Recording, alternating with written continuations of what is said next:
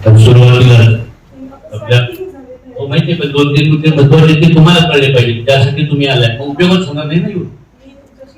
हो ना, नाही पण ऐका मॅडम, जे महत्वाचा मुद्दा आहे ऐका ना मॅडम, नाही मुद्दा काय आहे, आपण सांगितलं की टँकरची संख्या कमी व्हायला पाहिजे. तर ते टँकरची संख्या कमी व्हायच्या दृष्टीने या जिल्ह्यामध्ये, या मतदारसंघामध्ये किंवा तालुक्यात जलयुक्त शिवारची जी कामं होती ती फार मोठ्या प्रमाणात लोकांनी केली, पाणी पुरवठ्याचं काम केलं, त्यामुळे कमी झाले. पण आज काय झालं ऐका मॅडम, 88 गावाची 1 वर्ष झालं, 1 वर्ष महत्वाचा विषय, जलयुक्त शिवारची कामं मंजूर होऊन टेंडर झाले, 1 वर्ष टेंडर ओपन झाले नाही, 88 काम.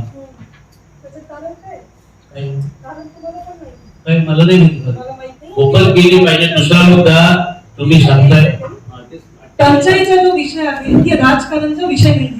कृपया हे सगळ्यांनी समजून घ्यावं, हे राजकारणाचा विषय नाहीये. मी इथे राजकारण करायला आलेली नाही. प्रत्येक लोकप्रतिनिधीचा माझा सन्मान आहे, सगळ्यांना मी आदर करते. आम्ही बसून चर्चा करूया. पण आता डीपीडीसीची मीटिंग आहे 4:30 वाजता. नाही, ही मीटिंग मी 1 वाजता ठेवली होती. तरी पण तुमचा मला कॉल आला की तुम्ही 3 वाजता येणार आहात. मी 2 तास उशीर केली. अजून मला कृपया क्षमा करा, अजून मी हे डिले करू शकणार नाही. 3:30 वाजता नाही, 4:15ला कलेक्टर सरांच्या अध्यक्षतेखाली हे मीटिंग आहे, तर मला तिकडे जावं लागेल. मी तुमचा जो प्रॉब्लेम आहे, इश्यू आहे, मी सविस्तर पूर्ण ऐकून घेणार. आता कार्यकारी अभियंता आहे तिथे, ते पूर्ण तुमच्या ऐकतील. मग आपण परत एकदा सोमवारी आम्ही चर्चा करू. सोमवारी तुम्ही पुन्हा टाइम एका मीटिंग लावा, पूर्ण वेळ द्या. फक्त ग्रामसेवक किंवा अधिकारी बोलवून त्यांची मीटिंग होणार नाही. त्या गावातले सरपंच बोलवले पाहिजे, गावातले ग्रामपंचायतचे सदस्य बोलवले पाहिजे. लोक प्रशासनाला जी अडचण आहे त्याबरोबर पदाधिकाऱ्यांना त्या गावातल्या लोकांना काय अडचण हे पण बघितले पाहिजे. शेवटी पदाधिकारी आणि अधिकारी रथाची 2 चाक आहेत, दोन्ही चाक व्यवस्थित चालली तरी प्रशासन चालणार आहे. त्यामुळं तुम्हाला हे करायला तर तुम्हाला ठीक आहे ना, कारण मुद्दे बाहेर महत्वाचे काय टंचाईची मॅडमनी सूचना दिल्या, त्या सूचना फॉलो करतो. ज्यासाठी टंचाईची आढावा बैठक होते ते होणं महत्वाचं आहे. बरोबर, आढावा बैठक तसेच होणार. कार्यकारी अभियंता आहे, बीडीओ साहेब आहे, पण मी ऑलरेडी सांगितले मला जावं लागेल. सगळ्यांचा मी क्षमा करते, पण मला जावं लागेल. ठीक आहे, आपण परत मॅडम आम्ही पदाधिकाऱ्यावर लोकांच्या निवडून आलोय आणि शेवटी आम्ही, तुम्ही कोणी मालक नाही, तुम्ही पण जनतेची सेवक आहात, आम्ही पण ट्रस्ट आम्ही मालक.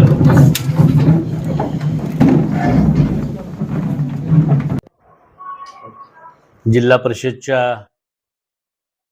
वतीनं मानच्या पंचायत समितीमध्ये जिल्हा परिषदच्या सीओ तालुक्यामध्ये टंचाईच्या अनुषंगाने एक आढावा बैठक घेणार असल्या संदर्भात व त्या पाहणी करणार असल्याच्या संदर्भामध्ये काल रात्री मला एक व्हॉट्सअपवर पत्र आलं इथल्या बीडीओच्या सहीचं, आणि त्यांनी सांगितलं की उद्या सकाळी असं आढावा बैठक दुपारी आहे सभागृहामध्ये 1 वाजता, आणि तुम्ही त्या मीटिंगला उपस्थित राहा. नंतर परत मला वाटतं 11च्या दरम्यान रात्री उशिरा परत दुसरं पत्र आलं की तातडीनं डीपीडीसीची मीटिंग आणि हे लागल्यामुळं ती आढावा बैठक आणि इथला माणसं हे रद्द केलेलं आहे, दौरा रद्द केलेला आहे. नंतर कळालं की सकाळी फक्त पाहणी दौरा आहे. नंतर पाहणी दौऱ्यामध्ये सांगितलं की पाहणी दौरा झाल्यानंतर आढावा बैठक 2:30 वाजता एक मेसेज आला की तातडीनं जिल्हा परिषदच्या सीओ इथं बैठक घेत आहेत. आपण बघतोय, मला सगळ्यात याचा खेद आहे की आता या जिल्हा परिषद पंचायत समितीमधलं प्रशासक राज्य संपून नवीन लोकनियुक्त सदस्यांचे आता कारभार सुरू झालेले आहे, म्हणजे लोकशाहीचा कारभार सुरू झालेला आहे.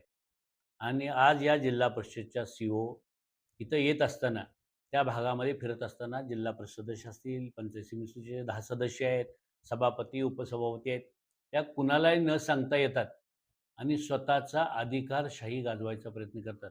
मी सुरुवातीलाच त्यांच्या या मोहम्मद तुल्लगी कारभाराचा निषेध करतो.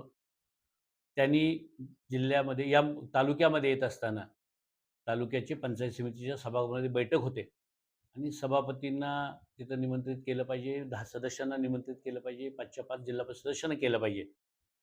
तरीसुद्धा मी आणि सभापतींनी आम्हाला कळाल्यावरती आम्ही ही बैठक त्यांनी आम्हाला बोलवलं नाही. आम्ही घुसून आम्हीच प्रशासनाला तुम्ही कशी बैठक लावताय? सभापतीला न विचारता सभागृहात बैठक तुम्ही करू शकत नाही. हे स्वतः सभापतींनी ठणकावून सांगितलं आणि मग आम्ही सदस्यांना निरोप द्यायला लावले. 3 वाजता आम्ही साधारण 1:30च्या दरम्यान आम्हाला कळाल्यावर फोन केला आणि मग 3 वाजता त्यांनी मीटिंगला होते असं सांगितलं. इथं आल्यावरती सुद्धा मीटिंग सुरू झाल्यावर खऱ्या अर्थानं ज्या सरपंचांना, ग्रामस्थांना, पत्रकारांना फीडबॅक असतो, की नक्की गावामध्ये काय चालू आहे. अशी कोणी न लोकं बघता फक्त ग्रामसेवकांचा आढावा घ्यायचा. त्यांना मला काही सूचना करायच्या आहेत, असं त्या सांगून निघून गेल्या. मी जात असताना त्यांना या भागातला एक लोकप्रतिनिधी म्हणून, जिल्हा परिषद सदस्य म्हणून त्यांना सांगितलं, की "मॅडम, तुम्हाला अजून एक 5-6 सूचना आम्हाला ज्या करायच्या आहेत, ज्या महत्त्वाच्या आहेत. खऱ्या अर्थानं टंचाई ज्यात नसते, त्या सूचना तुम्हाला सांगितल्या पाहिजेत." त्या सूचनासुद्धा ऐकून न घेता त्या निघून गेल्या. मला कळत नाही, आम्ही विरोधक लोकशाहीमध्ये विरोधक हे राजकीय एकमेकांचे विरोधक असतो. आम्ही कुठल्याही प्रशासनाचे विरोधक नसतो. प्रशासनाने कधी पळून जायचं नसतं. प्रशासनानं सगळ्या गोष्टी ऐकून घेतल्या पाहिजेत आणि त्याच्यावरती मार्ग काढून गोरगरीब माणसांना, सर्वसामान्य माणसांना दिलासा द्यायचं हे काम करायचं असतं. मी हे काम करण्यामध्ये या सी-ओ आज पूर्ण अपयशी झालेले आहेत. त्यामुळे मी त्यांना पुन्हा सांगेन, की पुन्हा एकदा टंचाईची चांगली मीटिंग लावा.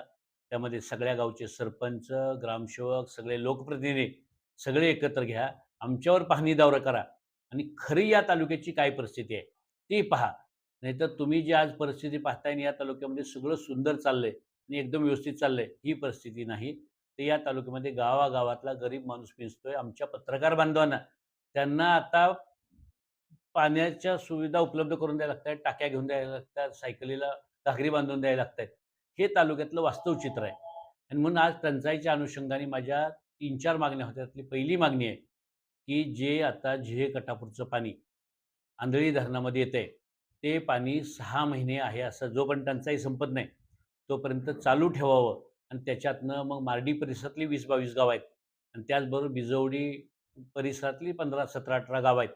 या गावांच्या पिण्याच्या पाण्याचा, आता शेती पाण्याचा विषय संपलेला आहे, पण पिण्याच्या पाण्याचा प्रश्न संपवा.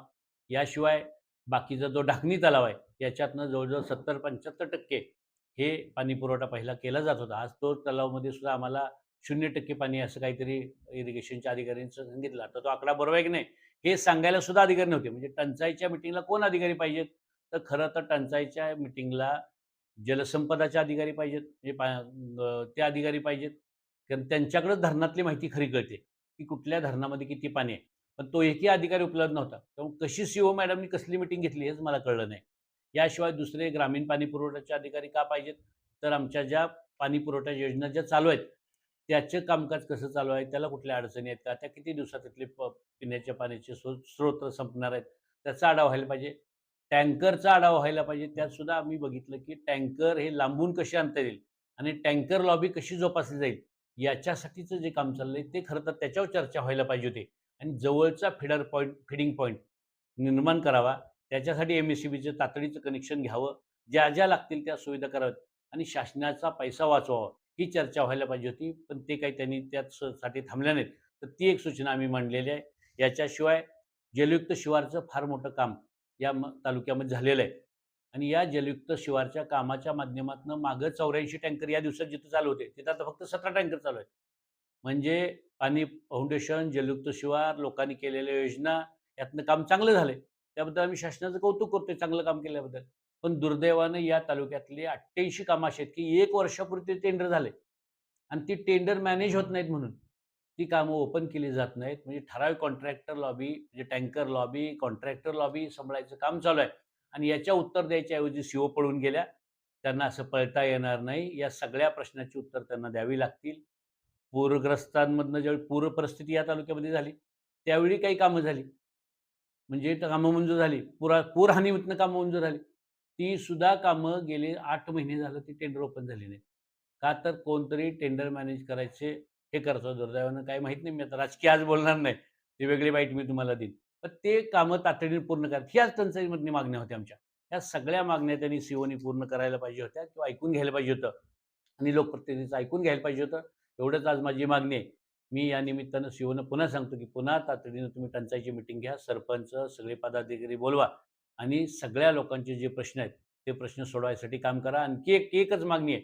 जिथं आज MSEBीने आमचे कनेक्शन तोडलेत, त्यामुळं शासनाने जिल्हाधिकारी साहेबांनी MSEBीला तातडीने आदेश द्यावेत आणि सगळ्या बाजू उपसा बंदीच्या नावाखाली जे कनेक्शन तोडायचं काम चालू आहे आणि कॅनलला मोकळं पाणी खाली सोडून जातंय, तर ते थांबवून शेतकरी जगवायचं काम केलं पाहिजे आणि त्यांचा वीज पुरवठा केला पाहिजे. मागेल त्याला टँकर दिला पाहिजे. ही सगळी कामं करावीत अशी प्रशासनाकडे मागणी आहे.